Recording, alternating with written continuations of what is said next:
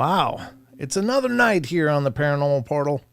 And what better way to celebrate Hump Day than to come together for 2 full hours of the Paranormal Portal? I'll be your host.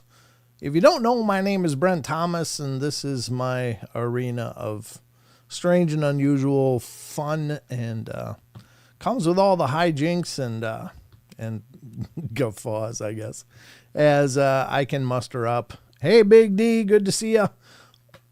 Sounds weird to say that. Big D, 1955, over there in Rumble, along with Dog Digger and Barbara. Good to see you guys. Thank you. And over in YouTube, we got Karen Alberding, Annie Manul. Barbara Moore's there too. Wizard Moon, Rachel gets it right. Karen Alberding again. Who else? Let's see. Sarah in disguise. I almost didn't recognize her. It's such a good disguise. But I caught it. Thank God for the titles. Let's see who else. Who else is in here? Wizard Moon, Annie Manul, and is that everybody chatting so far? Looks like it is. That's the chat so far. I'm going to go back down to the bottom. Aussie Tiger popped in. How you doing, Aussie? Good to see you. And great to see everybody. Thank you all for coming in and joining the fun as we dive into yet another adventure into the Paranormal Portal. Now, just so you know, these shows are absolutely unscripted and unrehearsed. So, now, the other thing you should be aware of is the fact that I'm it. Along with you guys, there's no co-host tonight. Jimmy couldn't make it, so we are it. We're going to drill through the night as best we can and have as much fun as we know how to have. Hey, Grandizer, good to see you. Thanks for coming in. More stranger, please. Don't be any stranger than you already are is my thing. But don't be a stranger. No stranger than you already are. Because we're all strange up in here. This is where the strange people are. I think. At least that's what the voices in my head say. Before we go any further, just a quick plug. Again, I've been talking about this for the last week anyway, on every show last week. And Brent, psst, hi, hand pink waving. Oh, that's because you did an emoji. Yeah, good to see you. Good to see you. It's on the chat here. It gives me the words that the emoji represents. So it says, hi, hand pink waving. But then I look over at the YouTube chat and it's a pink hand. Okay, gotcha. But I've been talking to you about Magic Mind, and this is a product that I'm absolutely pumped about personally. Now, here's the thing, and I've said this every show, but I couldn't be more sincere. I'm always incredibly tentative about promoting anything on the shows because I really take the integrity of both myself and the show seriously. Even though we like to have a lot of fun and a lot of laughs on the show, I'm very hesitant about putting my name on any products unless it's something I firmly believe in. And when they reached out to me, I was like, yeah, well, I don't know what this is. I've seen, 100 other offers like this, and I don't know that what you're doing is any different or any better than anybody else. And I've tried a few of these through the ages, but they sent me a sample, and I'm here to tell you, I love this stuff. I really do. Like, I'm all on board with this Magic Mind stuff. It's, full disclosure, I'm not a morning person. I'm incredibly lethargic every morning. It's like dragging a brick for the first several hours of my day. I'm just, I don't sleep good anyway, which is a whole nother issue. But when I am up, it takes me a long time to really get in gear and start feeling like I'm productive. But they sent me these samples, and I'm here to tell you, when I take them, it's like night and day. Like my brain gets into gear, and my mind is ready to go, and I feel like I'm focused. I have energy. And I feel like I've got clarity, which for me is a big thing. And so I really love this stuff. And again, it's called Magic Mind. It comes in these little shots. They are little itty bitty green shots. It's almost like Hulk juice in here or something. Excuse me. But it's amazing stuff. And literally, you give it a little shake. You can put them in the fridge if you want. I don't. I just got them in a box here in the studio. And when you order them in 15-day supplies. You can order more than one at a time, but it'll come in this cool little package of 15 little bottles, and it's just one a day. And I guess for me, it's the beginning of the day, but whenever the beginning of your day is, if you need a little boost, do it.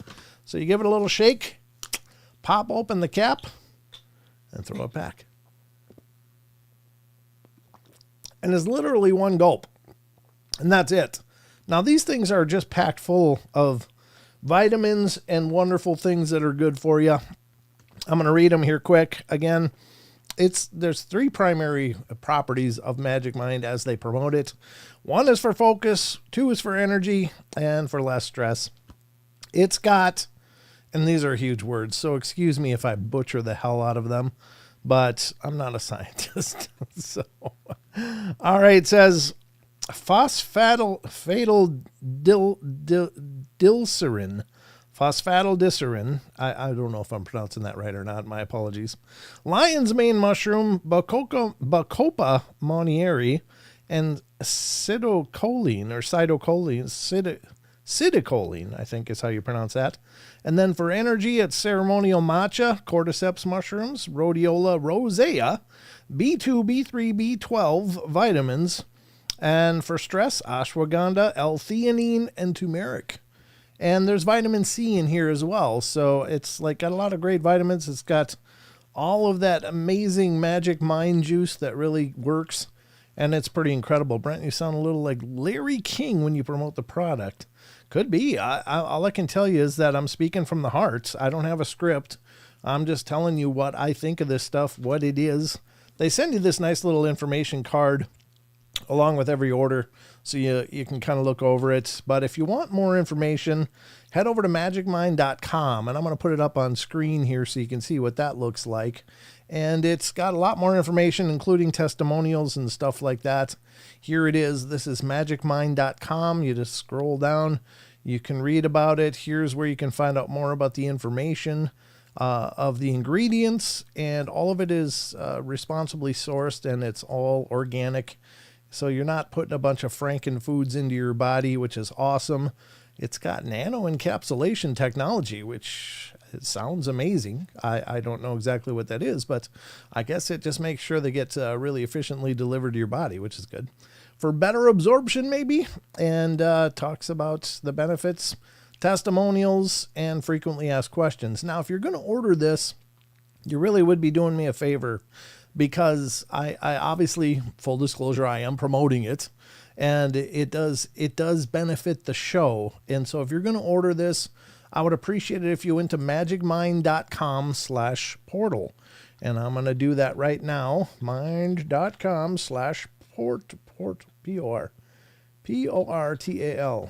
I just took it, so it hasn't kicked in yet. My spelling is still a little rough. So there it is, magicmind.com/portal. That will bring you to the page where you can order some. Check it out for yourself. Give it a shot. Again, no pressure. If you can do it, great. If you can't, fully understand, but it does benefit the show. It helps us to keep the lights on, and hopefully helps to build to much more incredible things. So this is Magic Mind, and I hope you give it a shot. I know you'll love it if you do. So anyway, my technology has been about min. I don't know what that means, Alicia. My technology has been about min. I meant it's been munted. I don't know what that means. But anyway, that's Magic Mind. So you guys take it, decide what you want to do with it. But if you want to, it really does help the show. It helps me personally, and it will help us to build the show. So I'd appreciate your support if at all possible. So thank you to the Magic Mind people for giving us a shot here on the portal to promote the incredible product. Again, I wouldn't talk about it if I didn't believe in it. I just wouldn't do it. I mean, it's good to get paid for things, but I just can't. I can't forsake my integrity just for a paycheck. I just can't do it. It's not what you guys deserve. It's not what the show deserves. And so I'm only going to tell you about things that I truly think are awesome. So there you have it. Boom. The ball's in your court now. So do with it what you will. All right, so we got a lot to get to tonight. We're going to talk a little bit about the news here briefly in a second, and then we're going to get to the title story, which has to do with possible alien hybrids living right here among us.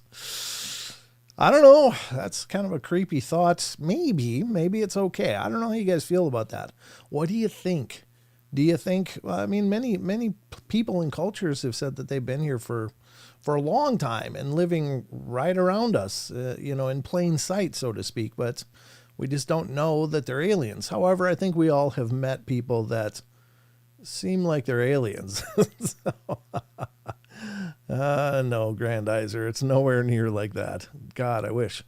But anyway, I think there's merit to the idea.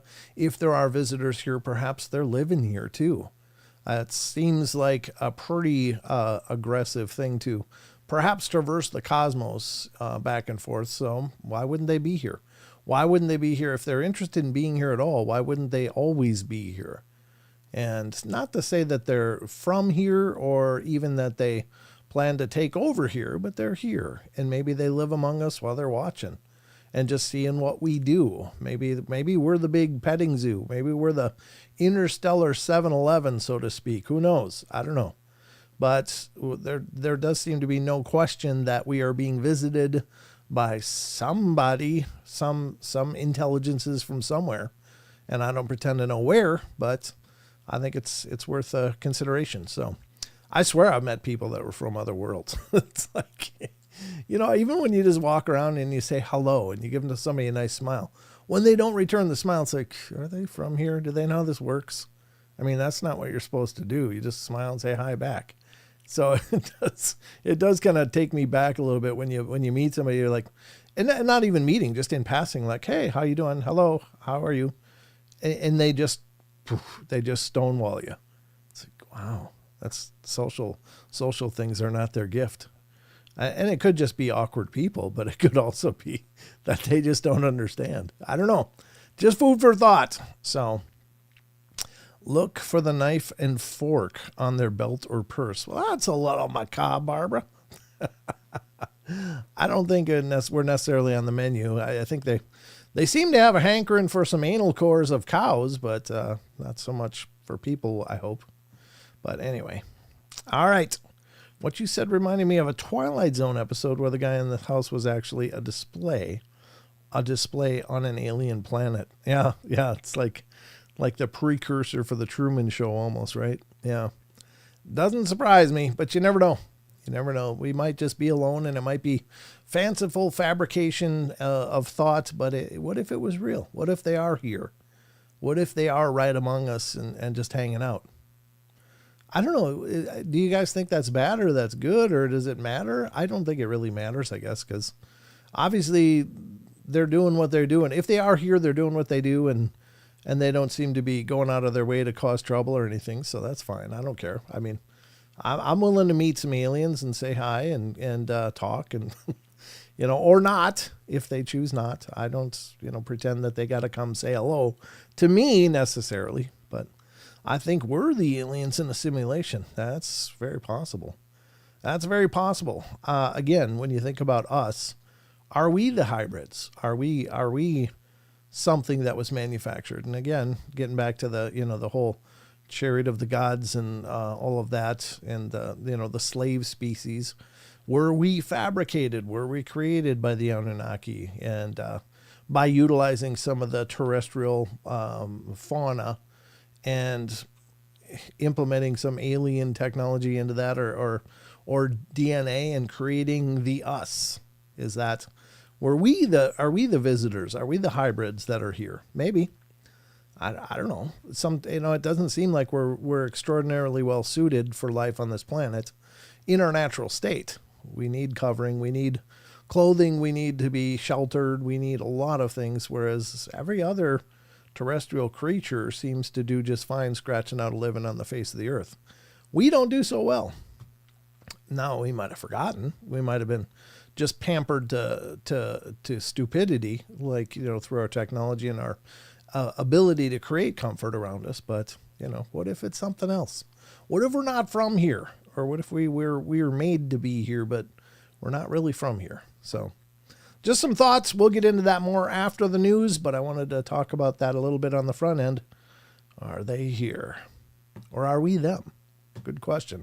Good question. Like zookeepers give animals special treats occasionally, I think aliens run the snack industry when limited edition potato and Dorito flavors come out, keep us fat and happy. Yeah, I guess. What are they fattening us up for, though? We make great pets. Like, what is that? Jane's Addiction or something? Whose song was that? We make great pets. I think that was Jane's Addiction. I might be wrong. Maybe we do. Maybe we are the pets. But great thoughts. All right, so anyway, let's get to the news. Are you guys ready? I'm going to try my best to inform you and bring you up to speed on the happenings in the world around us. Hopefully it's interesting. I forgot what I pulled up, so we'll rediscover it together. But ladies and gentlemen, it's time for the news.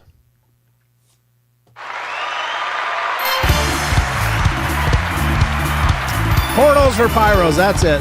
Thank you, Kat. Oh, Eric. Oh, Eric.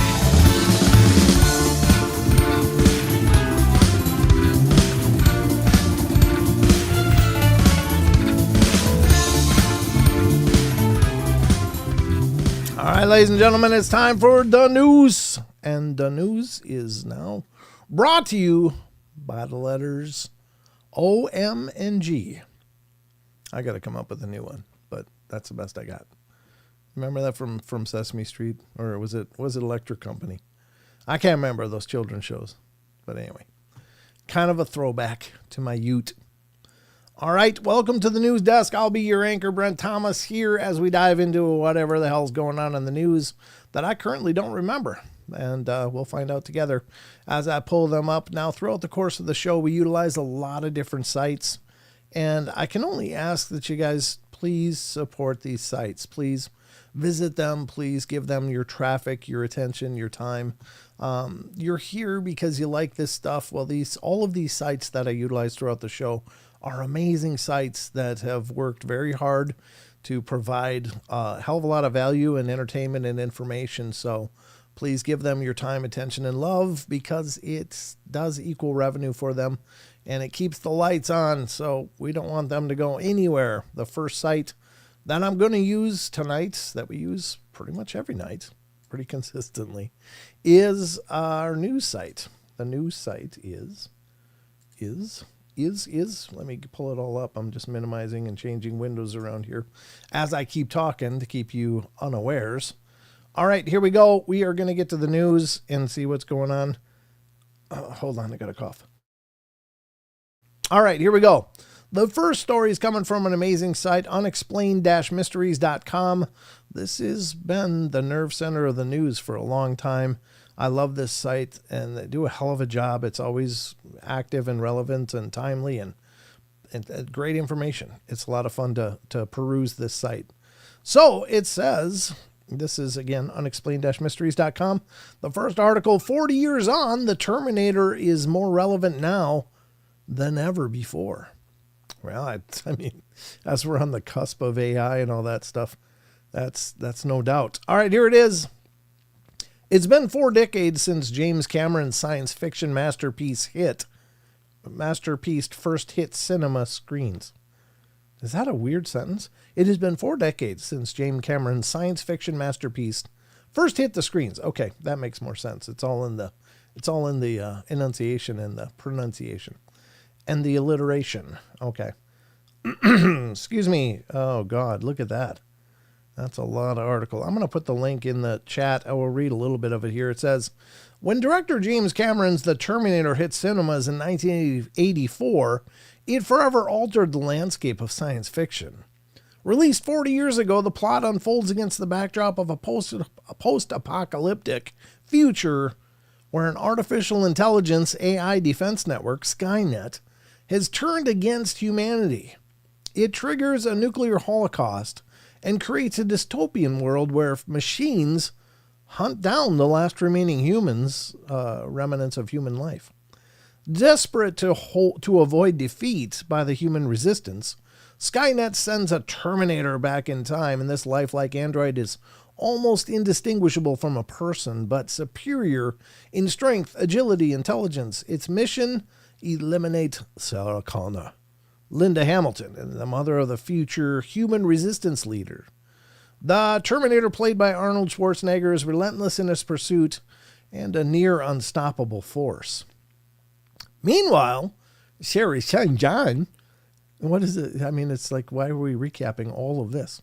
Sends back a lone warrior, Kyle Reese, which is Michael Biehn, from the future to protect his mother. Though human and vulnerable, through his determination and resourcefulness, Sarah was able to defeat the Terminator.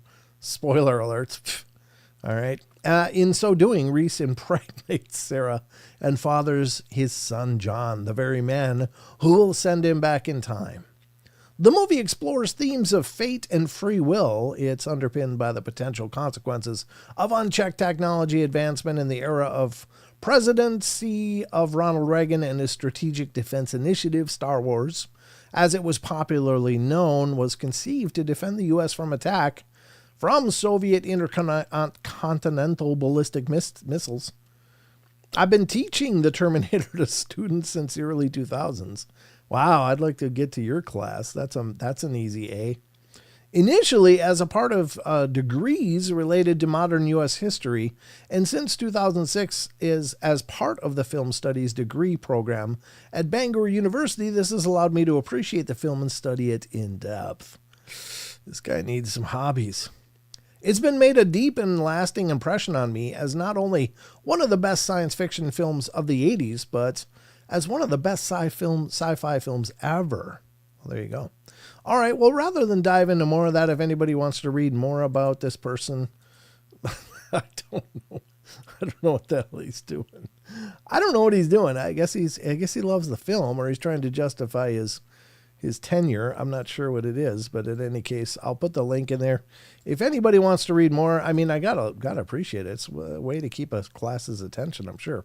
It's a great movie. There's no question, but when's he getting to the AI part and why it's more relevant now? I'll be back. There you go. Well, there's more information there, of course, with AI and stuff. Yeah, it's certainly a concern.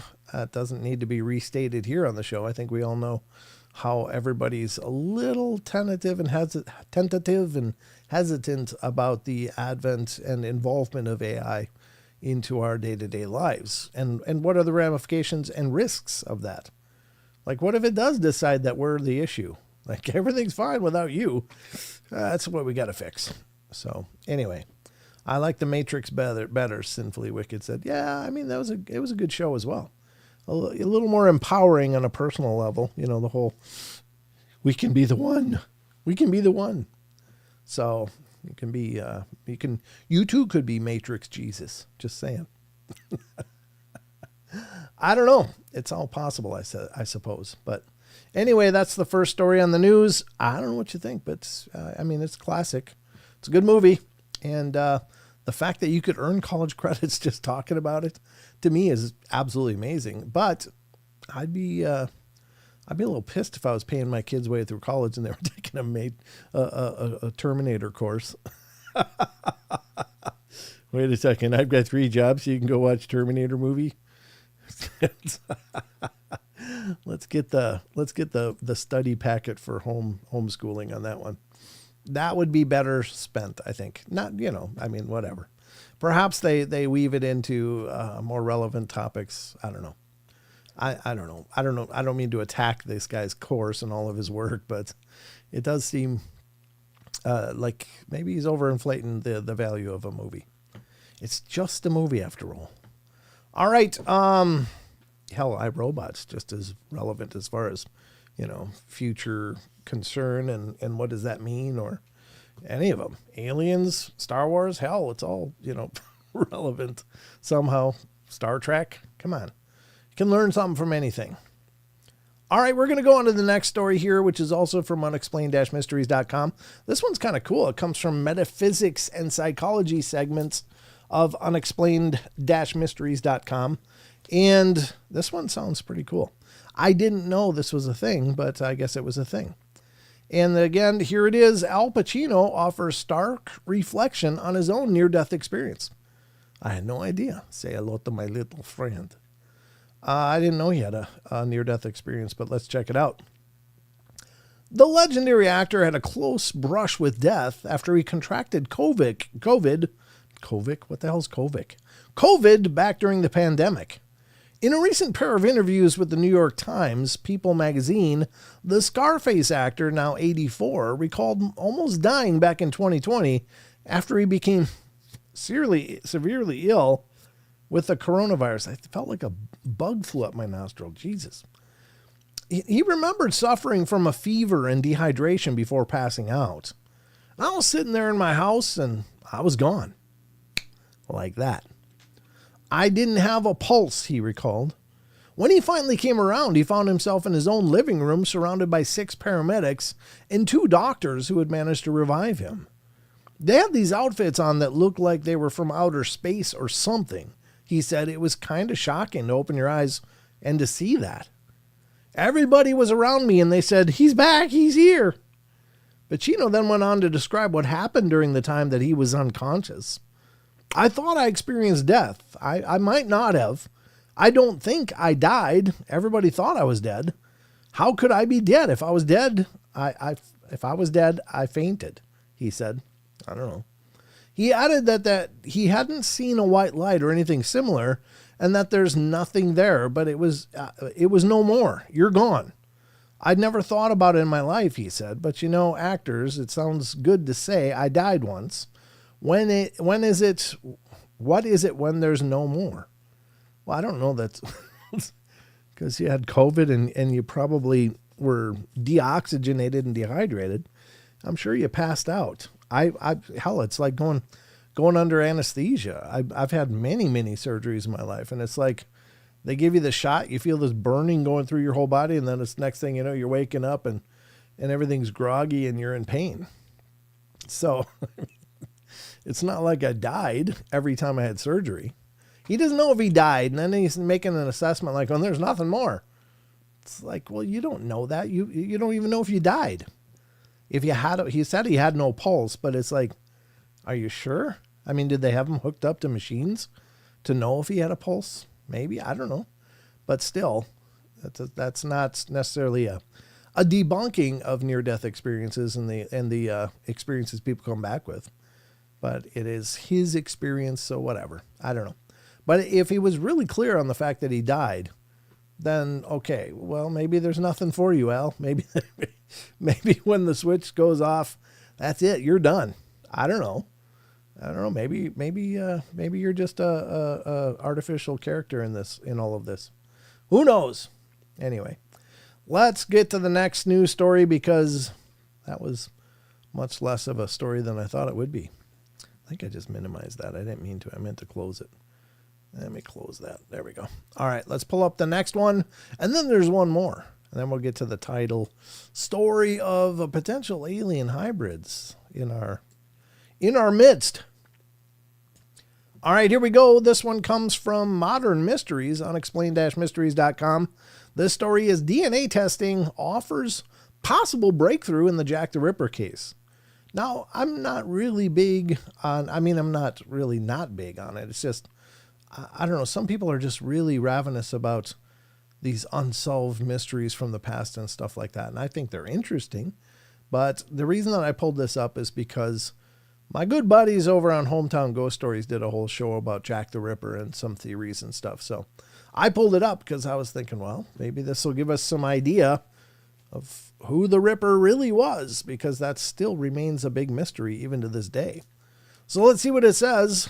It says, the identity of the infamous 19th century serial killer may have finally been revealed thanks to modern forensic techniques. There we go. It's one of the most chilling and enduring murder mysteries the world has ever known, yet more than 130 years after Jack the Ripper's killing spree through the streets of London, there has never been a definitive answer as to who he really was. Several individuals have been put forward as potential subjects, but given the primitive forensic techniques available at the time of the murders, key pieces of evidence that would have likely identified the culprit, had this been a modern case, were missing. Such clues included DNA evidence on items of clothing retrieved from the murder scenes, and even basic fingerprints, which were not yet widely used as a way to identify a subject or suspect at the time. But what if we could apply these techniques to the evidence now? Author Russell Edwards has done just that. Way to go, Russell. Previously, Edwards was able to win an auction for a shawl that had been taken from the home of Catherine Eddowes, one of Jack the Ripper's murder victims. DNA testing of the shawl not only found blood that matched one of Eddowes' descendants, but other DNA traces that happened to match one of the main suspects, Aaron Kosminski. Aaron Kosminski. I don't know who he was or whatever, but anyway. In his latest 2 books detailing the find, Edward describes Kosminski as harboring a great hatred of women. Especially, it says specially, I think he meant especially, the prostitute class, and had strong homicidal tendencies. Not everyone, however, is convinced that Kosminski is definitively shown to be the killer. Some argue that the DNA on the shawl may have been contamination or would have degraded too much to offer a reliable match, while others believe that the test itself was done erroneously. So was Aaron Kosminski really Jack the Ripper? We may never know for sure. Well, dang it, I thought we were going to find it out.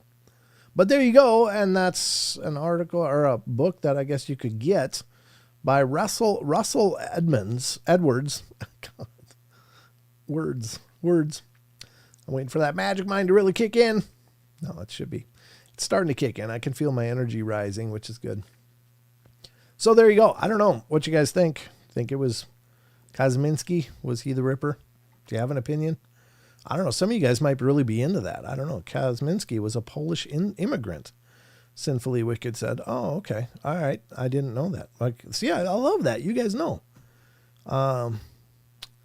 What's phone nuts, Eric? Somebody's supposed to bring phone nuts. Is that like, I don't know. I don't even want to make a dumb joke about it. I don't know. I think the Ripper is H.H. Holmes. Could be. I don't know. That's what Barbara says over in Jack the Ripper was a killer spirit, Eric Fry says. Well, could be right. I don't know. I don't know anything about it other than he was a bastard and he hurt a lot of people. It's pretty crazy, though. I'd never heard the name Kosminski before, but could be the guy. I don't know. Again, what the hell do I know? I'm just an idiot with a microphone, so I don't have any valid opinion on this whatsoever. One more article to go tonight, and this is kind of interesting, but it has to do with more about space and astronomy from the Space and Astronomy section of unexplained-mysteries.com. Comes maybe more hope of places we might go someday.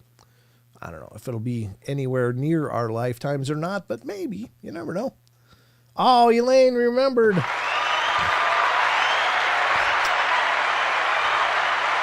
Elaine remembered. Yeah, I've heard of Spring Hill Jack before. He was more like a demonic type of character, though, that jumped around the rooftops of London. Looked like something as if a demon or a creature, but they called him Spring Hill Jack. I remember that. All right. Yeah, because that's in my wheelhouse. That's where I'm at, is, the real creepy, weird stuff. Not that serial killers aren't creepy and weird, but anyway. All right, Space and Astronomy section of Unexplained Mysteries tells us this. Overlooked F-type stars could support habitable extrasolar worlds. I don't know what an F-type star is. I don't know what type our star is. What is the sun? What type of star is that? I don't know. But let's see what it says. A new study has highlighted the potential for finding habitable extrasolar worlds around F-type stars. When it comes to seeking out other planets suitable for life, astronomers tend to focus on rocky terrestrial worlds situated in their star's habitable Goldilocks zone, the narrow region where the temperature is just right for liquid water to exist on a planet's surface. A major factor in identifying such a zone in a distant solar system is a type of star it has. Our own sun, for example, here we go, is a G-type star. G for goddamn, that's a great star. Sorry, it didn't say that. I just added that. And but That stuff is free. You don't even have to pay for that extra stupidity. But this is not the only type capable of supporting life. In a new study published in the Astrophysical Journal, scientists focused on studying F-type stars, which are yellowish-white in color, as well as larger and slightly hotter than G-type stars. And while they have a smaller lifespan than G-type stars, the habitable zone tends to be larger. In the study, the researchers looked at 206 examples of F-type stars with planetary systems and were able to identify 18 in which the planets were thought to pass through their star's habitable zone. F-type stars are usually considered high luminosity end of stars with a serious prospect for allowing an environment for planets favorable for life, the study authors wrote. Although F-type stars have a shorter lifetime than our sun, they have a wider habitable zone. In short, F-type stars are not hopeless in the content of astrobiology. The researchers even identified one planet. I love these romantic names. HD 111998. God, it just gives you chills, doesn't it? Oof, just shivers. Which remains in its star's habitable zone on a permanent basis, although it is a Jupiter-type planet that is unlikely to be able to support life itself. It is thought to have several moons which could potentially harbor habitable environments. Actually getting there to find out, however, would be a bit of a challenge because this distant extrasolar world is situated a rather insurmountable 108 light years from the Earth. God, you just imagine, when you're thinking of light years, light is scary fast, obviously, but a light year is the amount of distance the speed of light could travel in a year. And 108 of those. It's like, oh my God. That's a long ways away. I don't think we're going to see that given current technologies forever. But maybe they'll unlock some of that secret crap and start sending out some information gathering missions. I don't know. I think there is hidden technologies that probably could do it, but are we ever going to know about them? I don't know. Knowledge is power, and that's some power we don't have. All right. Well, that's been the news. I hope you guys enjoyed it. Hope you found some value in all of this and had a good time with it. I know I did, for what that's worth. But let's get back to the rest of the show.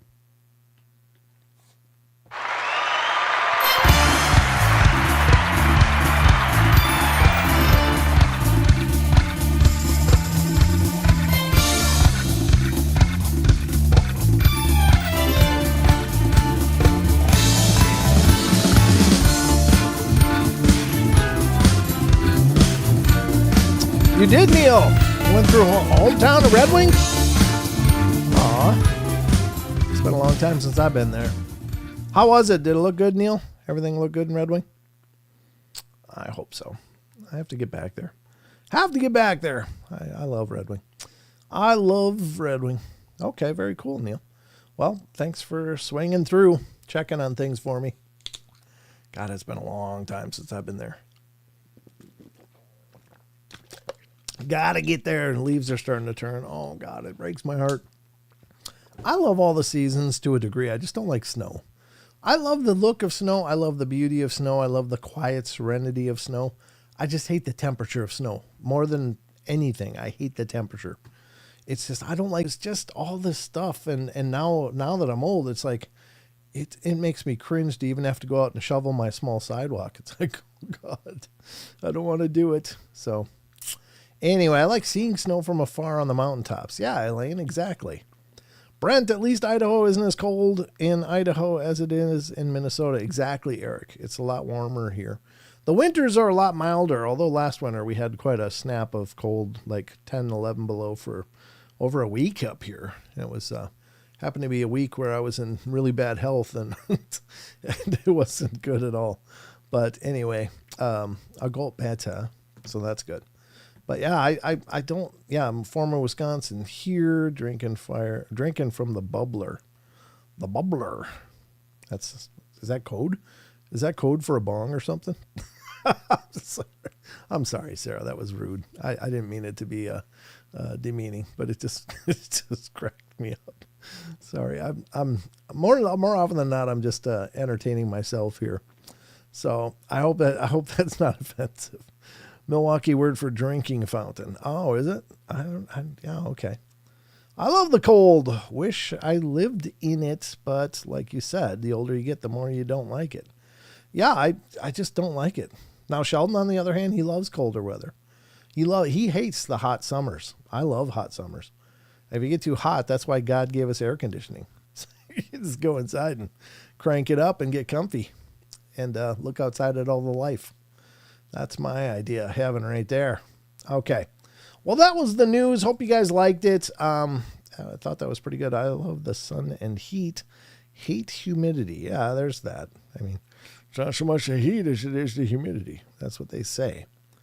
All right, we're going to get to an article that I teased on the promotional image for the thumbnail for the show and the promo posters.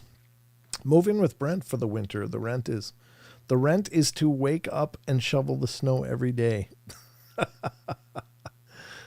Yeah, well, I don't think I have room for any roommates, but thanks, Grandizer.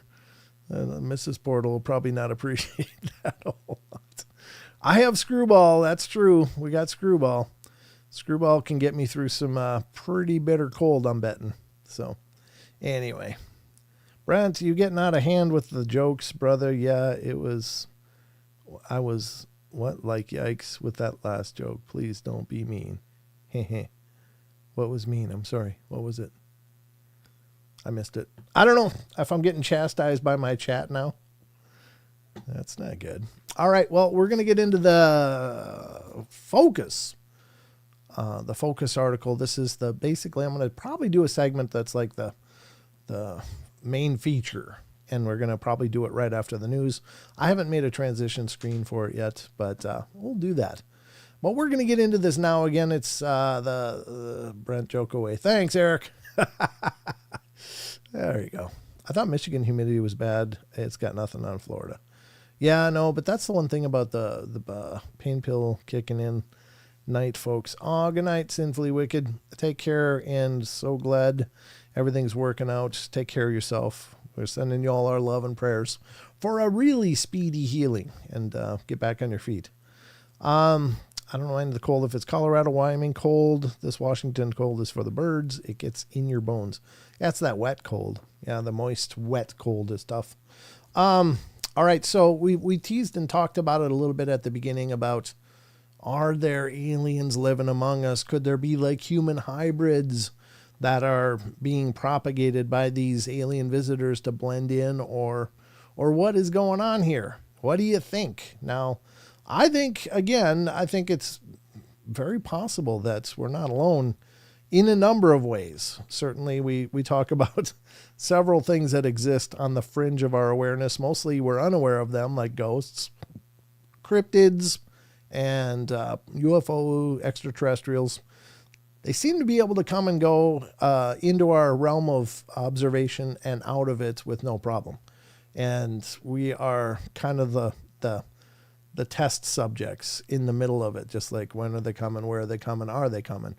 And so is there some agenda going on around us with these extraterrestrial visitors to blend in and become human-esque? And maybe, I don't know, is that a possibility? I've heard many stories. People suggest perhaps one of the reasons they're here is because they are a future version of people that has lost the ability to procreate.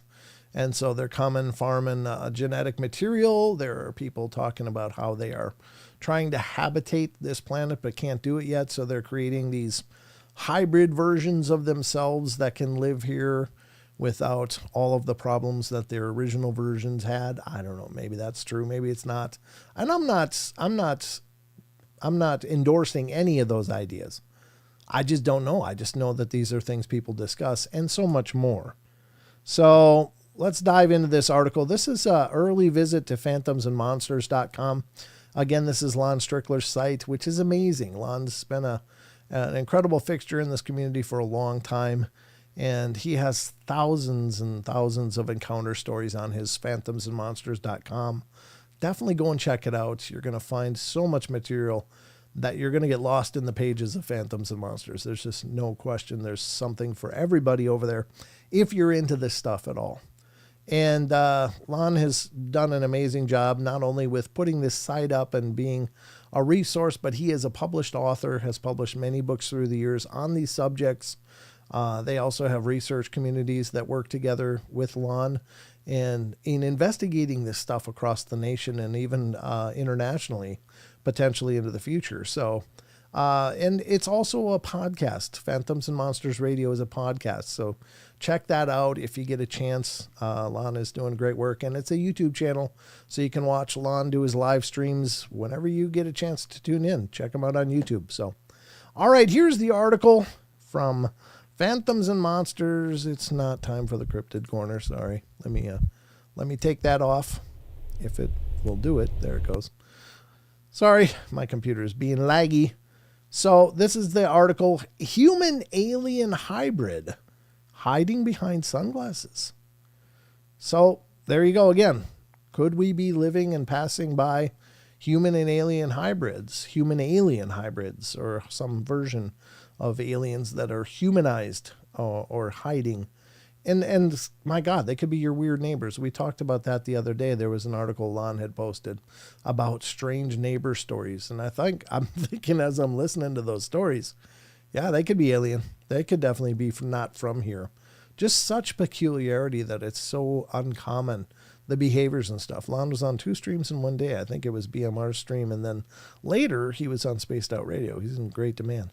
Yeah, Lon's great. Lon's a wonderful guy. He's been on the portal several times. In fact, I popped in on his stream and we talked briefly about him getting back here and appearing on the portal. So we'll make that happen as soon as we can. But here we go. She's hot. Nate. I'd date that alien, no problem. Yeah. Well, there you go. Let's see what it says. Neville, a 47-year-old man from Australia, wrote in to tell of something bizarre he observed in a doctor's office. Your thoughts? Well, I'm from Perth, Western Australia, and experienced something in and around July 2011 that may very well be similar to Rachel's, speaking about Helen Luttrell's book, Rachel's Eyes. That's a weird spelling. R-E-R-E-R-A-E, Rachel. Okay. The strange but true case of a human-alien hybrid. I'd been having a few medical issues and was waiting at my local pathology clinic for a glucose tolerance test, which takes around 2 hours and 3 separate samples. Well, I'd arrived at about 8:30 a.m. and was fourth in line, so I began reading a magazine, and my turn came and I gave my first blood sample, and then glucose concentrate to drink. The lady's supposed to see me scull the drink. I've never heard that phrase before. Come on, scull it. Let's go. As most people find it rather unpleasant, and then I was told to wait in reception for an hour before they could take my next sample. During this time, I observed a young lady walk up into the front door, look inside, and then walk away. Well, she did this 3 times during that half hour. I was there waiting for the next sample. And on the 4th, she came in. Didn't take a ticket, but sat down anyway. This young lady was around 6 feet tall, very pale skin, to the point that it was almost white. Was extremely thin, but I wouldn't say anorexic, and wore those same sunglasses like movie stars wear when they're trying not to be noticed. Something about her seemed rather different, but I couldn't quite pick out what. Although her arms did seem longer than usual, at least the average hand's worth of extra length. And I had the distinct impression she may not be entirely human, so just on the off chance, I thought to myself, "You're not from around here, are you?" While not being too obvious observing her. At that moment, she whipped her head around and looked directly at me, then stood up and hurried out the door in a particularly awkward fashion, much like a puppet on stage with its arms outstretched slightly in front quite a spectacle to observe, and others outside looked and stared as well. Well, at that point in time, she looked directly at me. The sun reflected from behind her, off her sunglasses, then directly towards her eyes, illuminating them, and those eyes were large. I couldn't make out the color of the iris, if there was one, but those eyelids were around 45 millimeters wide and about the same in height. I saw no reflection of the eyes themselves. When it came time for me to provide another sample, I mentioned the situation to the woman conducting the tests. I'd known her for around 5 years at that point and was told, "I know who you're talking about, and she needs specialized blood treatment, but keep it to yourself." My father used to work for the same company doing biological transport as a courier, and she knows my father, and I've just had cause to go for another blood sample 7th of January 2016, and we'll be having another GTT test this week. I hope to see that same young lady again. All the details I've provided here are true and accurate descriptions of events experienced at the time on that day. Anyway, I thought that might be of interest to you. Wow. Specialized blood treatments. Huh. What do you think that means? That's pretty crazy. So let's just, I want to do a survey of you guys out in the chat, because I'm curious.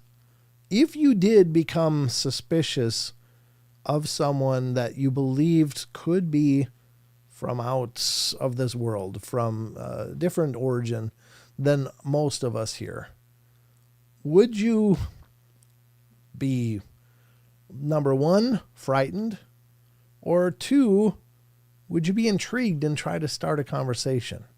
What would you be, scared or curious and try to enter into a conversation? So let me know in the chat if you wouldn't mind. Give me your vote.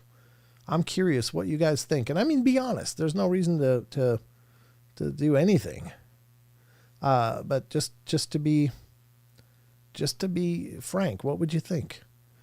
So either one, scared, or two, intrigued, and maybe try to enter into a conversation. So one, if you're scared.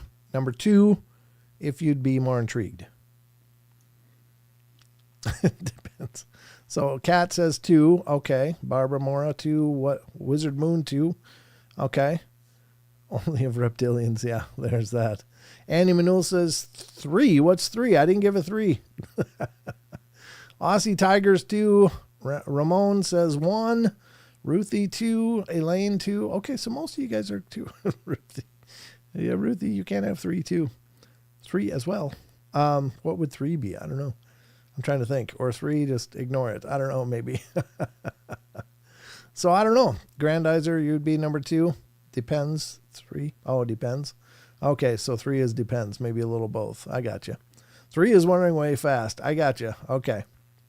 Yeah, I think I'd be intrigued because, I mean, honestly, if they're coming into a public place, they got to be at least somewhat habituated or familiarized with us. Otherwise they would just be in hiding and go out when there aren't many people around, that kind of thing. But this person came out during the day. Hybrids rule. Yeah, Jeff, maybe they do. 4, call up Brent Thomas and see what he would do. Then do that. I think I would try to talk to him. I'd be like, hi, just to see what they would do. And chances are, I don't know. I mean, if they are here, they're probably incredibly guarded around us anyway. I don't know. What do you think they see when they look at us? If these people are from other galaxies or other kinds of reality, what do they see when they see us? Do you think they see a hopeful species that's really trying to, figure this out and work towards a better future? Or do you think they see us as barbaric and wicked? Or what do you think they see? I don't know. But take me to your feeder. Yeah, I don't know what they eat, but unless you got a platter of cow asses, I don't know. Sorry. They probably smell us. Yeah, maybe we stink. Maybe we do smell horrible to them. I don't know. Lost, confused beings, probably. Yeah. I mean, most of us, I think, are to some degree. I think they'd be afraid of us as a whole. Probably, Rachel. But it's curious, right? Because they're here for some reason. And maybe they're here because they don't have an ability to be anywhere else. Like maybe this is the only place close enough to where they come from that they can be. And maybe something happened to where they're from. I don't know. And if that's the case, you can't help but feel a swell of sadness for them. And, I don't know. I would try to make them feel at home, I guess. I don't mind, that they're here. I think that's wonderful. And I'm all for us to start the whole Star Trek thing where, the Vulcans land and say, oh, you guys figured out warp drives. Well, here's some more stuff you can do and help us along.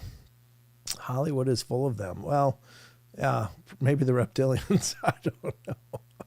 Give them some magic mind. Absolutely, Sarah. I like how you're thinking. I could pitch them some magic mind, probably. Maybe the refugees. Yeah, I mean, really, what if they are? You're so sweet. But I mean, could you imagine what that opportunity would be like to talk to somebody that has a whole different, experience in their existence than you? What could they tell us? What could they teach us? I mean, that to me is incredibly exciting. What have they figured out that we haven't yet? And maybe they'd be willing to share some of that with us. And maybe they can't. Maybe they're not allowed to. I don't know what the deal is. There's always the whole prime directive thing. I don't know about any of that, but I think it's an amazing opportunity maybe to bridge the worlds, so to speak, if that is a reality. And I don't pretend to know.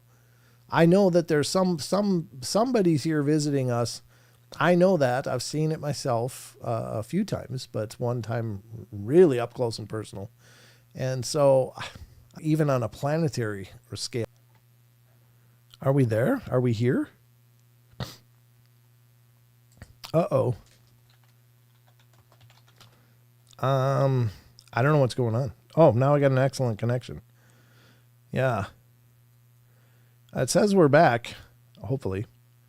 Are we back? Let me know. Might be a thunderstorm too. The atmosphere is changing today. Okay, we're back. Whew. Yeah, I was getting an error message on YouTube saying, "Hey, if you don't reconnect now, your stream's gonna end." I don't know what the hell happened. Nothing going on here that I can see, and the weather's fine here. There's no bad weather, so I don't know. You're right. Maybe we are too close to the truth. What the hell was that all about?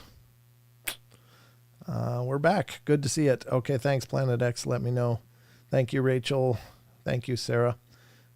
It's the CIA, maybe. Whew. Yeah, close call is right, because, I don't know if you guys know, but if I get knocked offline, like what happened just a couple of weeks ago, we got 30 seconds into the stream and I got knocked offline. It was just, everything went to hell. And I have to restart my computer, my router, and my computer starts up so slow. It takes 15 minutes for everything to get going again. It's very tired. I actually need an upgrade or at least an update in my technology. It's getting really bad. But yeah, when we get knocked off, it's a big thing. So I don't know. I like these discussions, though. I like to talk about possibilities because I don't think we're alone. I really don't. I think that they're here. I think that many of us have already bumped into them or seen them or just noticed them as an oddity or a person that didn't seem to know what they were doing being a person. I think that those could be these presences. Hey, thank you, Planet X.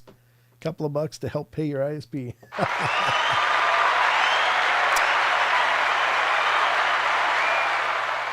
I appreciate that a lot. Thank you so much. But yeah, it's very strange. I'm the alien. Well, I think, here's the thing. It is possible we're not from here. I certainly find that there's at least merit to that discussion. I don't, I'm not a geneticist or something like that, but I do know that there's some fusing of chromosomes that happens in the human genome that shouldn't be possible through natural means. So something happened in our distant past that doesn't make sense. There's a certain couple of chromosomes that are fused, and it defies natural genetic evolution, as far as I know, unless they've cracked that and figured it out. But last I heard, they hadn't. So maybe my computer needs a defrag. It defrags automatically every night, so it's not a defrag. Unfortunately, it's just old. It's old, and I ask a lot of this computer. I really do. I've got currently a bucket load of tabs open all over the place, and applications, several applications going at any one time.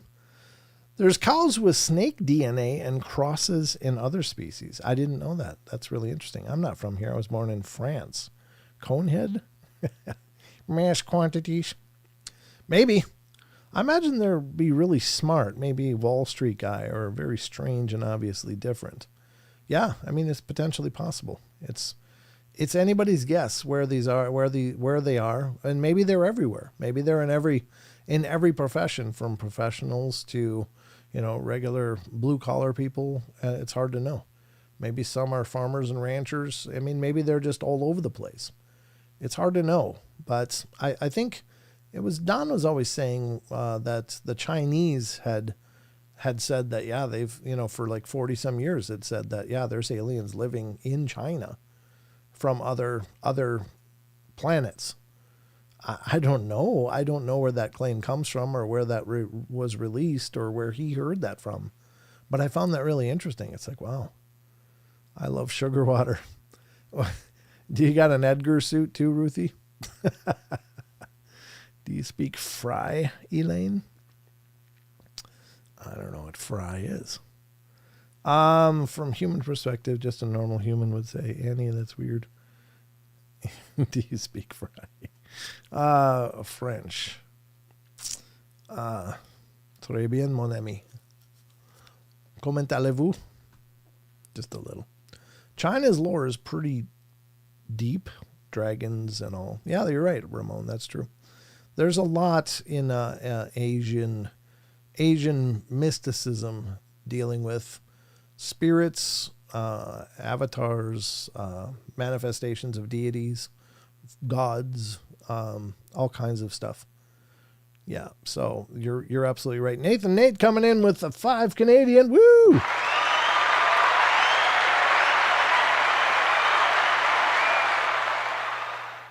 People saw green laser tech on video regarding the previous hurricane, which caused it to abruptly move inland instead of it continuing the normal path. Yeah, I don't know. I mean, I don't know much about the conspiracies ideas.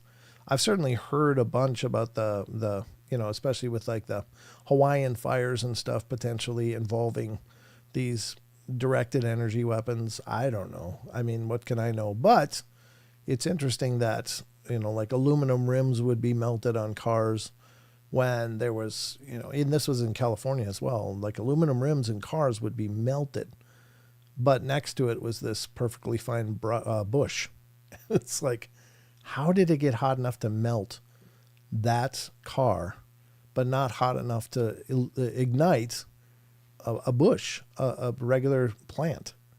So that was pretty crazy. HARP, yeah. I mean, there's lots of those ideas out there, folks, and I'm certainly aware of a lot of them. I don't know what to think about any of them, though. I can't speak with any kind of authority or even throw out much for ideas. I just know what I've heard and what's been claimed.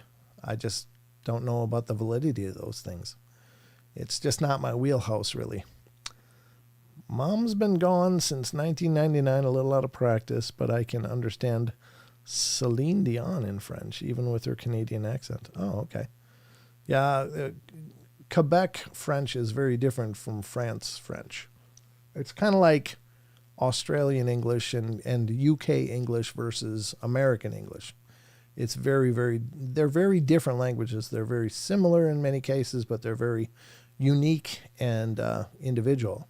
I mean, French Canadians can understand French people, and vice versa. But I guess what I've heard, and I don't know if it's true or not, but I guess the French from France are very dismissive of the French Canadians. Like, blech, They are like dogs. I don't know if that's really what they say, but that's what I understand, is that they're not really considered the French. So, I don't know.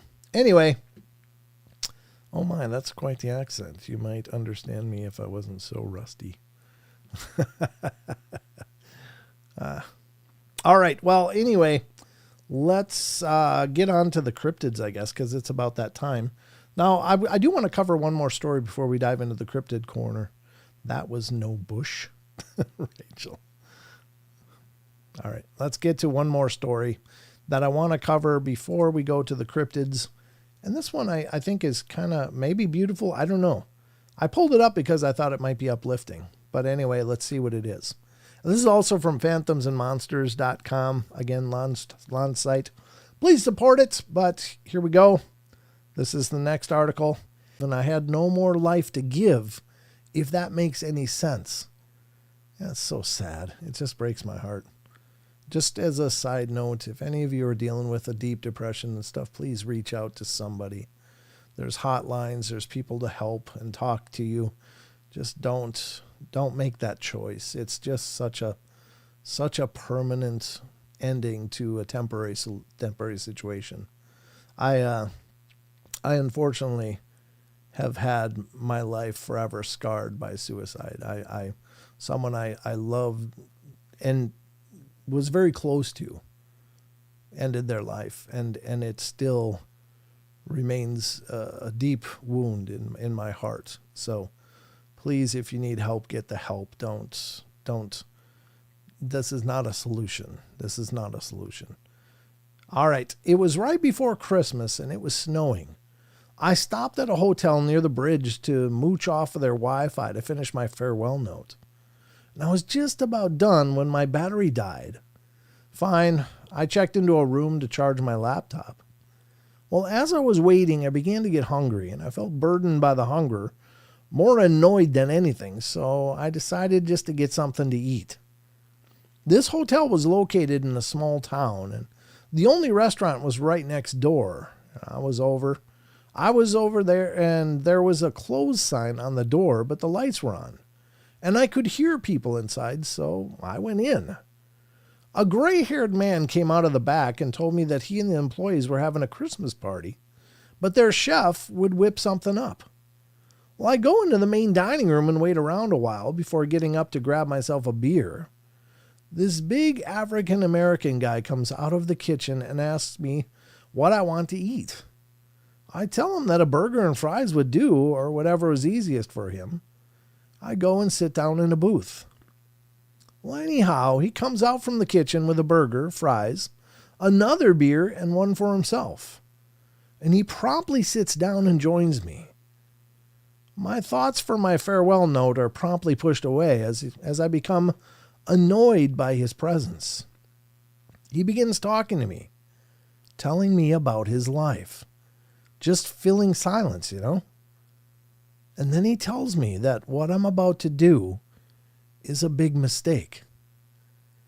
If I don't care about living, why not do exactly what made me happy? Why not do all of the things that I'd been meaning to do, but put off for work, for solving other people's problems? He said a lot of other things too, some of which felt like he knew me and felt a bit foreboding, but in a good way. Like somehow he knew that I would overcome all of this suffering and lead a good life. By the end of the conversation, I was too exhausted to finish my note, and I decided to finish it in the morning. When I woke up, I decided to give myself 1 year. Just 1 year to try everything that man suggested. I decided to really, truly do everything I could to be happy. To really give my all to do the things I had been putting off. I decided to walk next door and see if I could find him, or at least leave him a note. When I walked in, no one knew what I was talking about. There was no Christmas party. No black guy had ever worked there, and they closed at 5 p.m. the evening before due to the weather. I walked away stunned. but I couldn't really say surprised. The whole evening seemed surreal, and to this day, I have no idea who that man was. I only know that I owe him my life. The changes that I made that year after I met him eventually led to me meeting my husband and having my son. We stopped there on a summer road trip this past year, and I cried when I realized how close I came to ending my own life. I can't imagine not knowing my husband or my son, and I think of that man often, and I call him my angel. Frankly, I don't care if he is or not, but he will always be the angel that saved my life. I hope someday I can pass it on. So there you go. Wow. Isn't that beautiful, though? Like, just at the final moments, this woman was just about to make that permanent decision that there was an intervention, a divine intervention. And I think that's, God, it's incredibly beautiful. I wish everybody that was in that state would get that opportunity to have somebody show up and go, yeah, this isn't the right way. Somebody from the universe, the light, the divine, whatever you want to say. But I just wish that everybody had that opportunity, because it is such a painful thing. And I don't know if it's painful for the person or not, but I know that it's painful for those that love those people, and all the sadness and all of the things that remain unsaid and can never be said, and it's just not right. So anyway, it's a beautiful story. It's certainly sad that people get to that place, but again, if any of you are dealing with that deep, profound sadness, please just get help. Get help. Let somebody help. Hell, if you can email me if you need someone to listen to you and to offer what I can to help. It would mean the world to me to be there for you, rather than for any of you to make a choice like that. It's just, it would just wound everything. So anyway, I don't mean for it to be a dark and sad kind of story. I think it's a beautiful, uplifting story. It's just, again, it's very close to home for me. And I only could wish that I could have changed what ended up happening. And that forever will be a sadness that I can't do anything with. So anyway, sounds like an EP from Touched by an Angel. Well, a lot of that stuff is sometimes based on the true stories. Certainly the truth is often stranger than fiction, Grandizer. That's for sure. That's a great story. She had more to work to do here. Yeah, amen. That's very true, Sarah. I mean, here's what I figure, and I don't know if I'm right or wrong, but it's just my worldview. But I figure if you're not sure if there's any merit to your life, if you're alive, you're not done. And if you're not alive, then you must have been done. And I don't mean that to be flippant or silly. I mean just literally. I don't think life is as full of chances as a lot of people think. I think that when it's our time, we'll go home. But, we have things to do. So try to stick around and do them. Anyway. All right, enough of that. Let's get to the cryptids, folks, because we got a lot more to get to before the end of the show. Thank you, Ruthie. Glad you agree. Thank you, Barbara. I mean, I don't need to be right. I just hope that that's the case. I just have to believe that we're all here for a purpose. This is all happening for a reason. We're going through this experience for some reason, and it's bigger than us. It's bigger than us and our problems, whatever this reason is. And I think we have to honor that, because this is a gift. Even though it doesn't feel like a gift sometimes, it feels like a punishment. But I think it is a gift, because we stand to grow and learn and evolve ourselves and become better by our journey. And, I think there is a purpose to all this. I believe there is. So Let's get to the cryptids because, my God, there's cryptids to talk about here. Got a couple from Sasquatch Chronicles coming up, and then we're going to head back into Phantoms and Monsters because Lon has a bucket of fun over there still for us. And Wes always has served up something amazing, so let's go check it out. Here we go, into the Cryptid Corner.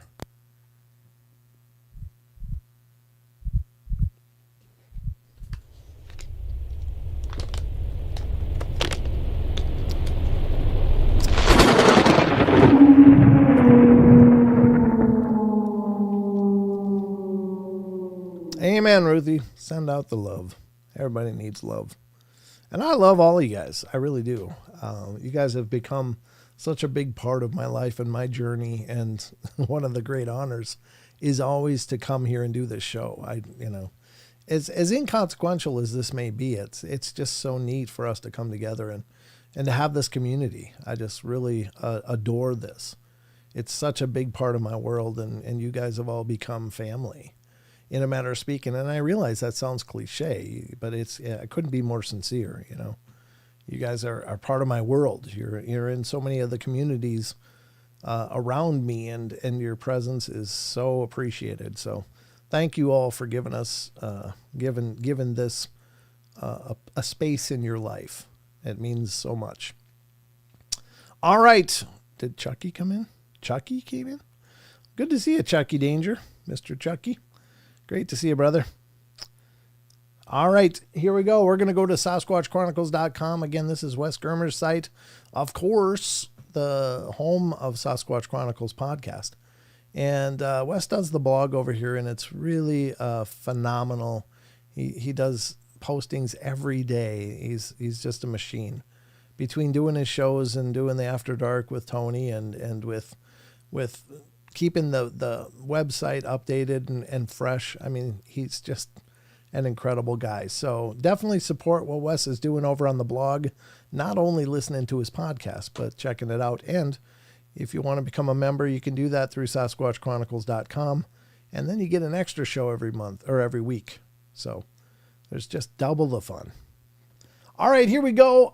This is Sasquatch Chronicles blog from October 3rd. This one is called The Game Warden's Strange Behavior. I want to try something because it's something about this font is always a little trickier for me. And it shouldn't be. I guess my eyes aren't too bad, but I was going to try my glasses. See if that makes it a little easier. These are mostly for far sight, but I do realize that my eyes are getting worse as I get older, and now the screen seems to qualify as far sight for me. All right, October 3rd, The Game Warden's Strange Behavior. A listener writes, "We live on the Chestnut Ridge of southwest Pennsylvania, and we are into all aspects of the paranormal, but Bigfoot is my favorite. So on March 26th of 2021, I took a personal day from work to go out and look for Bigfoot." Gotta love it. Taking a day off for going to look for Bigfoot. That's all cool. I took a personal day and went to look for Bigfoot. I went to a place in the mountains around here that is popular for fly fishing and for strange occurrences. Well, I got there and hiked up a rather large and very steep pipeline to explore the woods on the top. As I was up there, I kept hearing a whistle with a buzz of electricity in it. I tried to find out where it was coming from, but after a while with no luck, I decided to leave. Well, I was driving down the dirt road to get to the main road and happened to look over towards the creek. And I saw a large sandbank and thought to myself, it'd be a good place to look for tracks, not expecting to find anything, but I went over. When I got there, I saw the strangest thing I've ever seen. Strange three-toed tracks everywhere. There were two trackways coming up out of the creek, up the bank, and all over the sandbank. Totally amazing. Blew my mind. These tracks were 14 inches long and 6 inches wide. And I was blowing up Sandra's phone. I don't know who Sandra is, because she was at work and I wanted her to see these. Well, she met me there when she got off of work and we started to cast some of the tracks. While doing this, I heard a car door slam. And when I looked up, I saw a game warden heading straight for us. He walked over and started kicking around and covering up the tracks. I actually screamed at him to stop. He did and just stared at me. And he looked pissed. So I asked him if he's ever seen anything like this before. He looked around, looked at me and said, "Yeah, you'll have that." Turned around, got in his truck, and left. Completely blew my mind. We've got 5 good casts, and 3 were too thin and fell apart when we took them out. Now, I've had many other strange occurrences in this and other places around the ridge. We started a YouTube channel called Chestnut Ridge Paranormal, where we post our evidence. Oh, look at that. What the hell? Well, that's bizarre. 1, 2, 3, and big. Yeah, those go all the way down to here and then up. Well, that's not your typical Bigfoot track, whatever the hell that is. Oh, wow. Look at those casts. Good God. There's the measurements. 14-inch. Wow. These are crazy looking tracks. I have to know what made them. Wow. Yeah, what would make those? I don't even know. I don't even have anything in my mind to jump to, because it's not, I mean, you hear of like 3-toed Bigfoot tracks, but they look like Bigfoot tracks except just 3 toes, three bumps on the top where the toes would be, or 3 individual toes, but not these finger length things. That's really incredibly atypical. Huh. I'm going to sneeze. Hold on.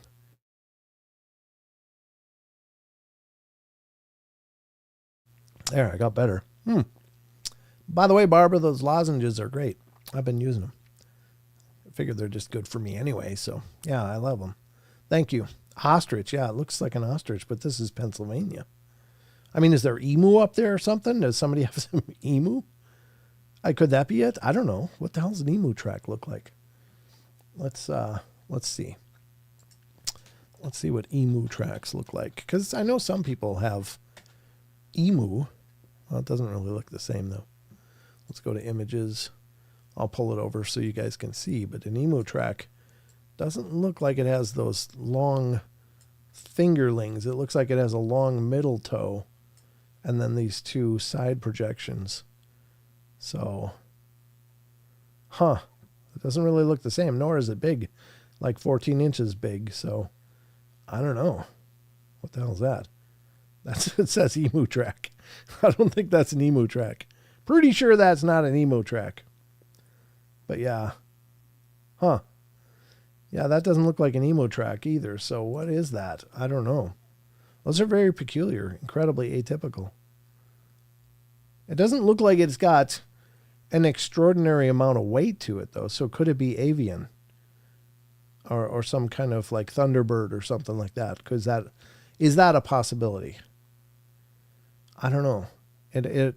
Because when I'm looking at this, just the depth, when you see Bigfoot tracks, I don't know how packed this is, but if it's sand, that's not a real rigid strata for something to be supported by. It would just, with any significant weight, it would sink right in.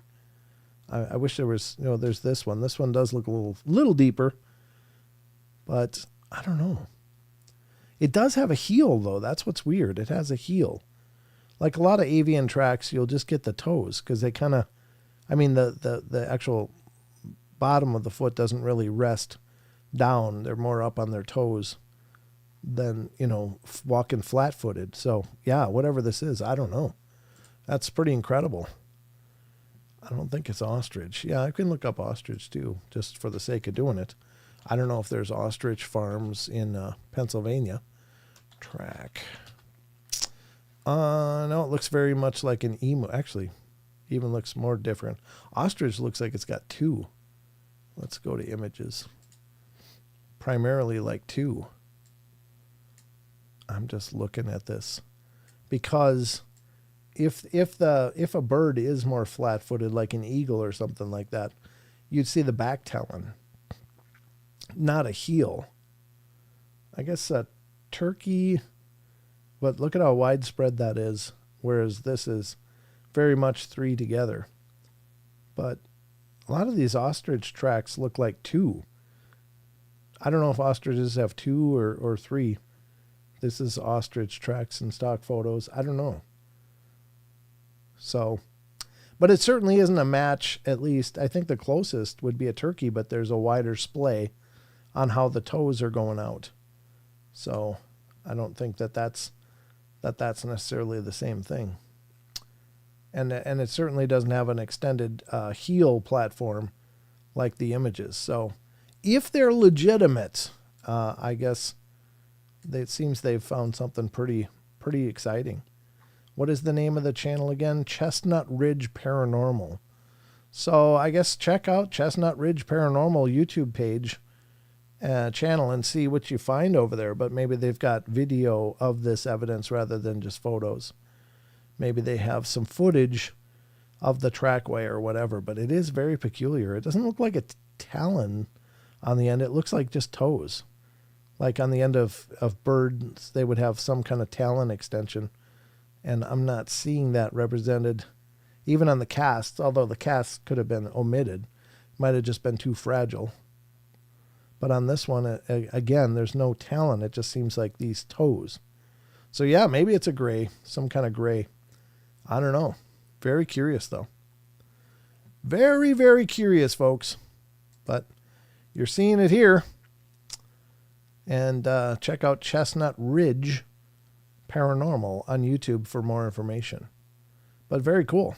I appreciate that they posted it and that Wes posted it on his blog. But that's really crazy. Huh. Game Warden Strange Paper. Why did the Game Warden just start wiping them out? Why would he do that? That's like cover up city right there. And then to say something like, yeah, you'll get that. And then to walk away and leave. Like maybe he didn't realize the people were there, but it sounded like they were yelling at him like, hey, hey, hey. Was it really quick or was he doing it a bunch and then just decided to leave? I don't know. Very strange. Whatever the case is, that's an unusual, atypical kind of report, but very interesting all the same. So I think we're going to head over to Phantoms and Monsters now. What are we doing for time? Yeah, it's 8:30. We're going to head back to Phantoms and Monsters here because I got a story from phantomsandmonsters.com, and this is from Lon Strickler again. Young teens encounter Bigfoot while camping in central Iowa. I don't think I need the glasses for this. Let's check it out. Almost 45 years after the incident, a witness details a campout during the summer in central Iowa, which two friends encounter a Bigfoot roaming their campsite. God, that would just be, that'd be just disheartening because you know it's like in the middle of the night when you're already feeling really vulnerable. Thanks for reading my email. I grew up in the country in central Iowa, Marshall County. And where we lived, houses were literally a mile apart. It was mostly farmland with lots of large wooded areas. Well, one summer, a schoolmate friend and I went camping at a local reservoir. I think we were only maybe 12 or 13 years old. It was before high school. And this was back in the 70s, so I don't remember exactly, but what I do remember was that the campground we stayed at was very isolated around this huge reservoir. But there were park rangers around, so we never felt like the area was unsafe. And it's in Iowa. I mean, when you think of Iowa, you don't think of grizzlies or mountain lions or stuff, right? So in the middle of corn country. So, but the first night at around 2 a.m, we heard someone walking around outside. We were both terrified because it was big, not like a raccoon or a possum. We were both frozen with fear.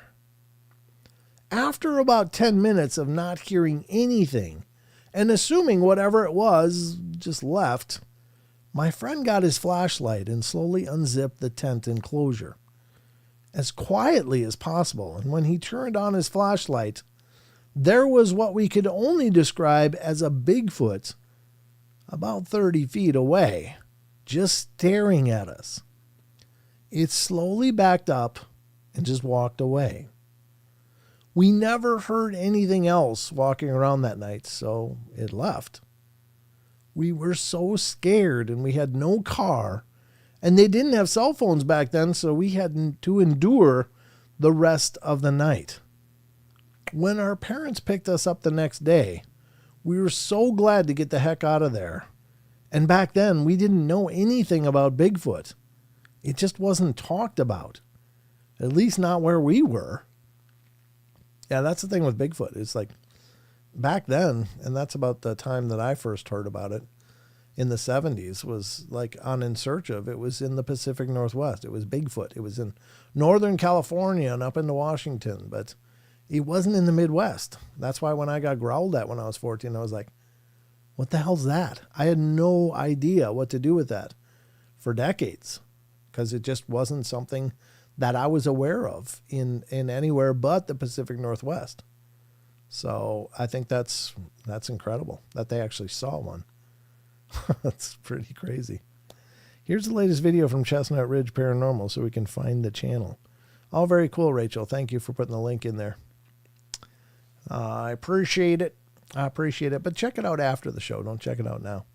I like to keep you until I'm done.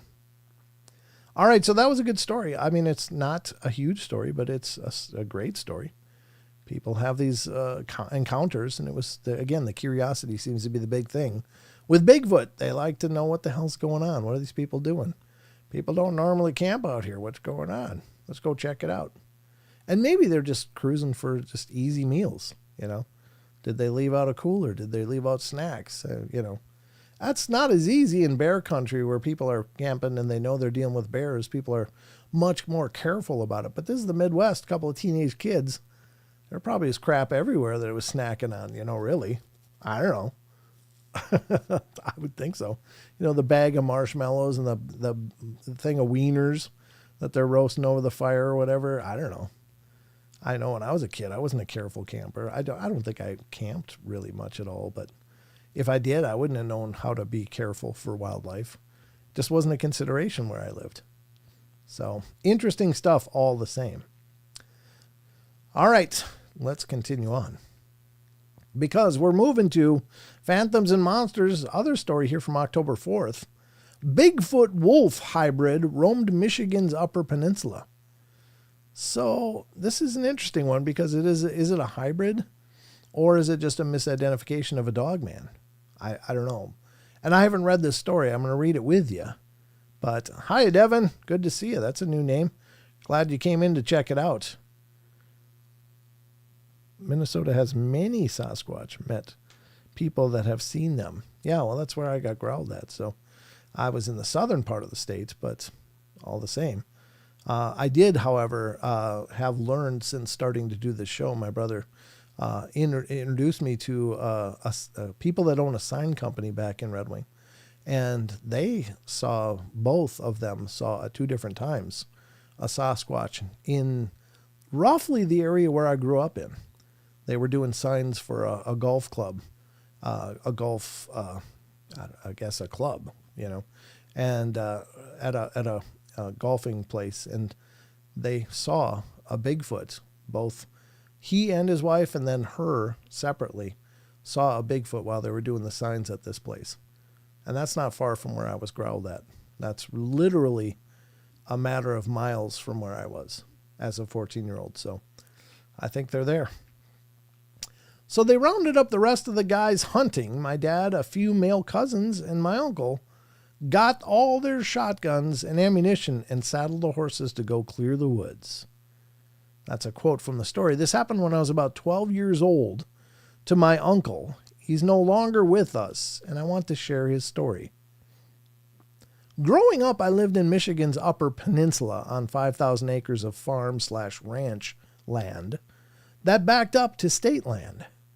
Nothing but miles of forest and pasture could be seen. Needless to say, it made us pretty tough, and it takes a lot to spook us. We're all avid hunters, fishermen, and outdoorsmen. Being the only girl, I was raised as a tomboy, and I'm just the same. My uncle went off to join the military, become a senior NCO in a prominent Special Forces division of the U.S. Navy. I guess that means he was maybe a SEAL. I don't know. Or he was underwater demolition. But he was 6'4", built like a wrestler, and obviously skilled in survival tactics, and nothing rattled him. He was home on leave and went out hunting as it was deer season. Well, I remember him coming in the house shaking and crying, saying he saw something in the woods. My uncle never cried. He was as tough as nails and would tear someone to shreds before he let them make him cry. My grandmother tried to get him to make sense, but he kept saying he saw Bigfoot mixed with a wolf. My granny immediately got to my grandfather, and he rounded up the rest of the guys hunting. My dad, a few male cousins, and my uncle, who was still terrified but went because he didn't want to be labeled a chicken. Got all their shotguns and ammunitions and saddled the horses to go clear the woods. Well, apparently they were aware of the dogman, but I was blissfully young in ignorance, and they told me to stay inside, and for no reason was I to step outside from our house, until they returned. I had never heard my dad or grandfather so serious, so I hid in my room. Well, sunset comes, and they still aren't back. I'm really worried at this point because they never stayed in the woods until after dark. Well, shortly, I heard the sound of the horses run into the barn and their voices, and I was so relieved. They looked troubled, and they came into the house but didn't say anything. Probably not to not spook me. Well, at dinner, my dad laid down the law. I was no longer allowed to play outside or go to the barns alone. I had to have my grandfather with me at all times. Of course, I was upset by this and felt my independence was being taken away, but I obeyed. The next morning, my dad and grandfather taught me how to shoot. I knew it was serious.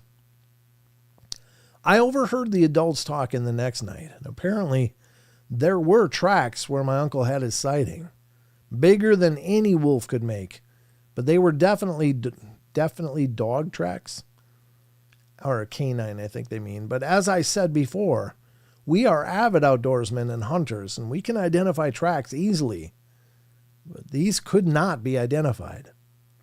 About 8 feet up in a tree were claw marks. No Michigan bear could make those.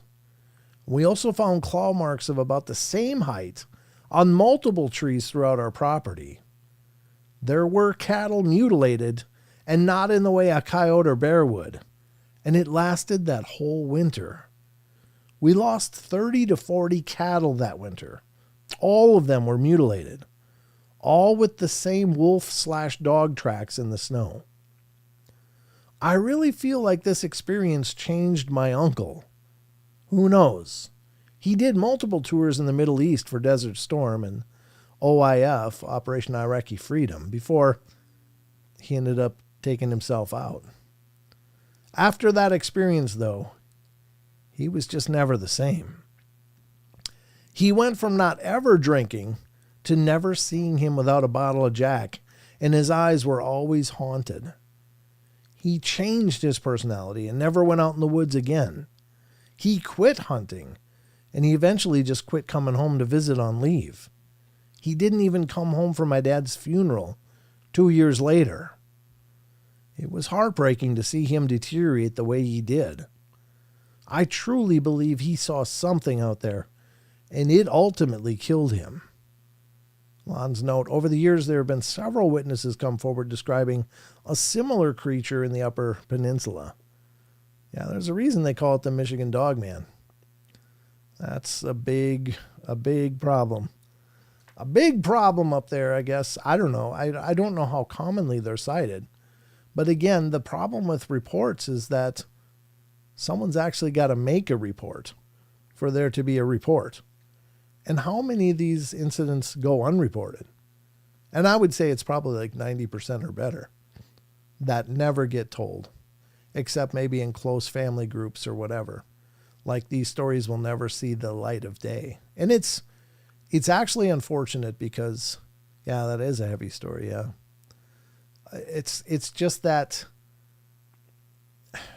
I mean, what do you do with that when you're confronted with the impossible like that? Or and I use that term flippantly, really, because I mean, obviously, I don't believe it's impossible, but it's regarded as an impossibility that there are these huge werewolf man-like canids out there, but people are seeing them and they're reporting them. And I don't know what this guy saw, but it's definitely sounds like it wasn't a Bigfoot wolf hybrid. It was a dog man. And it was a big one at that, I don't know. It had to have been, I don't know, I would guess about, 7 or better feet tall. But I mean, he was absolutely immobilized by that experience in so many ways. And that's the other part of it. It's like, now more than ever, people can talk about this stuff, which is good. I think that's wonderful because people can process it. But I don't know when this happened. It sounds like, when was this? It doesn't really say. It was when the person was 12 years old. So I imagine decades ago, probably. But people are transformed by these experiences. And while the family seemed to know what was going on, it did change all of their lives, I guess, when this thing was there and killing plenty of cattle to subsist, I guess. And that's just the cattle it killed. How much other stuff did it kill? How many were there? Was it just one? Are dogmen much like Bigfoot, where if you see one, you've got about 5 of them around you? Or 3 or 2 or whatever? I mean, are they ever alone? Are they usually alone? I don't know enough about dogmen to have any opinion in that regard. With Bigfoots, generally, it's considered if you see one or you hear one or you're dealing with one, there's probably another couple of them around you somewhere. And that's where the huge danger is, in that they're probably flanking you and you're just being distracted by one of them. Well, is that the same for dogman? Is that the same situation? And I don't know. Maybe it is. But it's all very interesting. Anybody seen something like a dogman or skinwalker? I haven't personally. I don't know that, honestly, that I'd want to see either. Because, dogman reports, the one thing that's real common with dogman reports is that they seem to be a much more aggressive encounter. Like, the dogman just doesn't give 2 craps about you and what you feel. It's like the Bigfoot seems to be at least be cognition of the fact that, there's people. Let's get out of here. But the dogman will be like, oh, there's people. Oh, you think this is your forest? It's mine. And they just seem to react so much more aggressively. And that doesn't necessarily mean that they attack or that they're physical, but they just, I don't know, there's something they just love to scare the piss out of people. And they seem to take joy in it. Skinwalkers, again, that's a whole nother topic, but and a whole nother creepy topic for that matter. I mean, you're looking at something that transforms and maybe a human or maybe approximately be a human, but maybe it's not human. It's something else. And who knows what the hell they want, but generally speaking, the lore is pretty dark. So I guess if you see a skinwalker, you should probably work on getting the hell out of wherever you are. Male dogmen are more aggressive than females, and that could be. I mean, it's certainly true for dogs.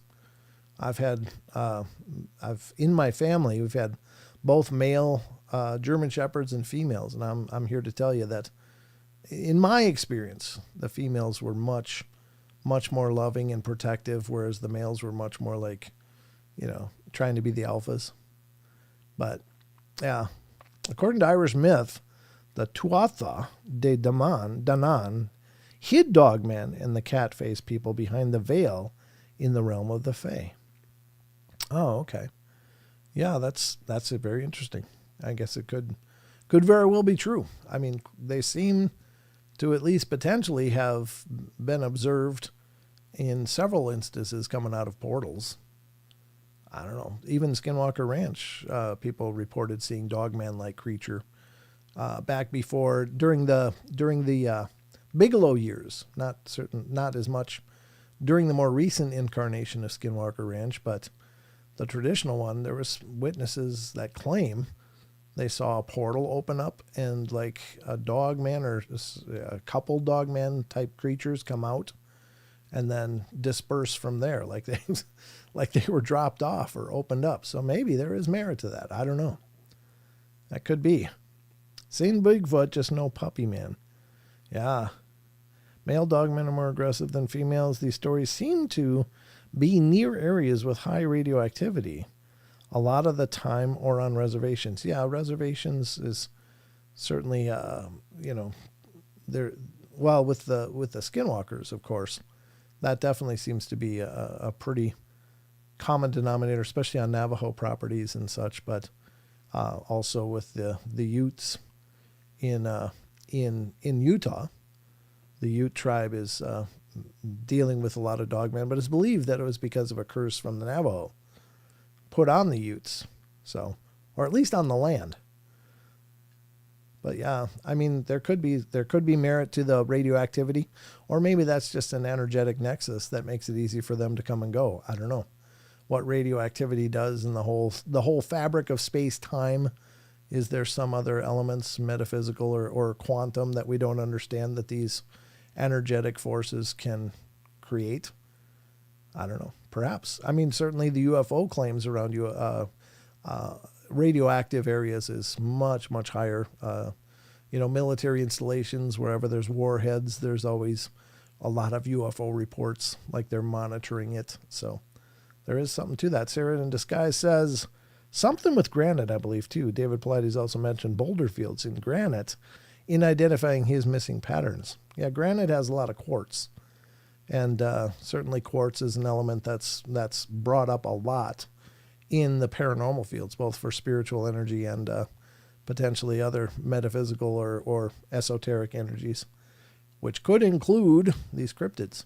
Some people have postulated that, and I don't know where the hell they get this, but that Bigfoot eat quartz, which I don't understand. That doesn't make a lot of sense to me, but I've heard that claim.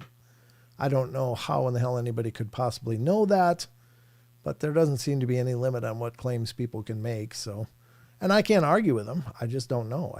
But I don't subscribe to it on its face value. So, granite and quartz, yes. Piezoelectric power, certainly. That's one use of quartz.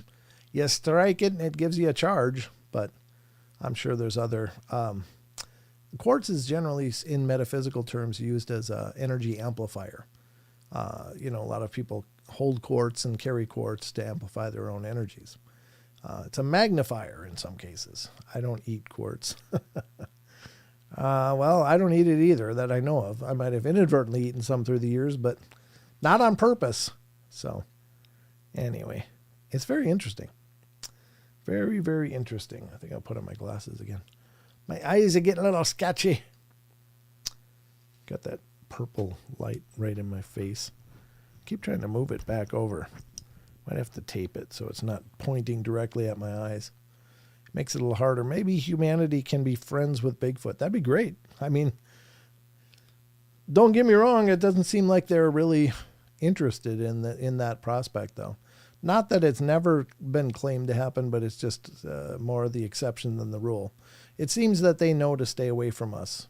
And maybe that's an ancestral memory from them competing with our ancestors for the good land, before they got pushed into the scrubs and the mountains and the swamps and stuff. Maybe we were at odds with them. And certainly there's a lot of First Nations histories or legends anyway that suggest that there were wars between what we understand as Bigfoot and the tribes. They called them, the forest people, hairy people, whatever. Certainly possible. So maybe they learned to be wary of people and to stay the hell away from them. I'll go hunting Bigfoot and dogmen when my tank gets out of the shop. What tank you got there, Elaine? Maybe it focused something, Rachel. The rock eaters from the never-ending story. Yeah. Maybe. I don't know. It's anybody's guess, but I'll tell you what, this has been a journey through the paranormal portal. I hope you guys have enjoyed it. Thank you so much for being here. I appreciate your time, your energy, your love, and your support. Please let other people know about the shows. And for more information on the Paranormal Portal, go to paranormalportal.net. That is the home base for all things Paranormal Portal, and you'll find all of the links to the social media if you want to follow and become subscribed to wherever I am. That'd be really cool. I'm really trying to boost the Instagram, the TikTok, all of that stuff. I released a video recently about a hoax that I saw on Facebook Reels, and so I exposed that. And I'm going to probably do a bunch more of those. There's a whole bunch of them out there.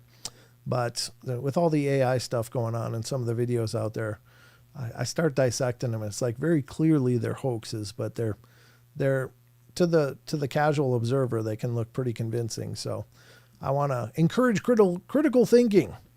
So anyway. All right. But anyway, that's going to wrap it up for tonight. Another great show. Always shows with people. Always great shows with people. Yeah, you guys are awesome. Thank you so much for being here and being a part of my journey into the paranormal. I couldn't do this without you. I wouldn't do it without you. But thanks, guys, for being a part of this and for continuing to be here. Appreciate the warm welcome again in the chat, everyone. Great show.